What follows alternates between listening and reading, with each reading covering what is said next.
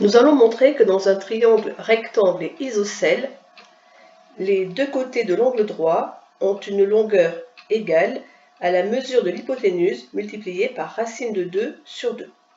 Considérons un triangle rectangle et isocèle en A. Ce triangle a pour sommet A, B et O. Pour des raisons pratiques, on peut noter par exemple C, la longueur de l'hypoténuse. La longueur des deux côtés de l'angle droit est inconnue, en tout cas c'est celle que l'on veut exprimer, on la notera x.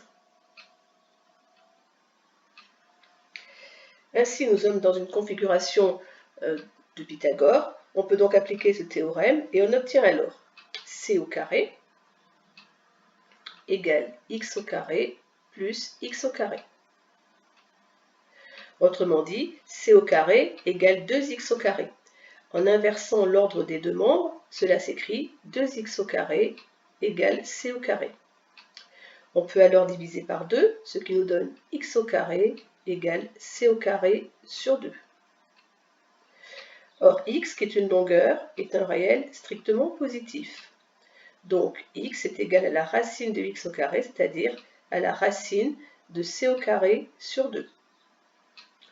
Ce qui, d'après les propriétés de la racine carrée, s'écrit encore c sur racine de 2. Il est possible de transformer cette écriture pour faire en sorte que le dénominateur devienne un nombre entier. Pour ce faire, on va multiplier le numérateur et le dénominateur par racine de 2. On obtient alors donc x qui est égal à c sur racine de 2, qui s'écrit encore c racine de 2 sur racine de 2 multiplié par racine de 2, donc racine de 2 au carré.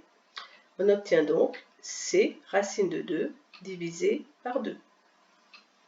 Ainsi, dans un triangle rectangle et isocèle, la longueur des deux côtés de l'angle droit est égale à la mesure de l'hypoténuse multipliée par racine de 2 sur 2.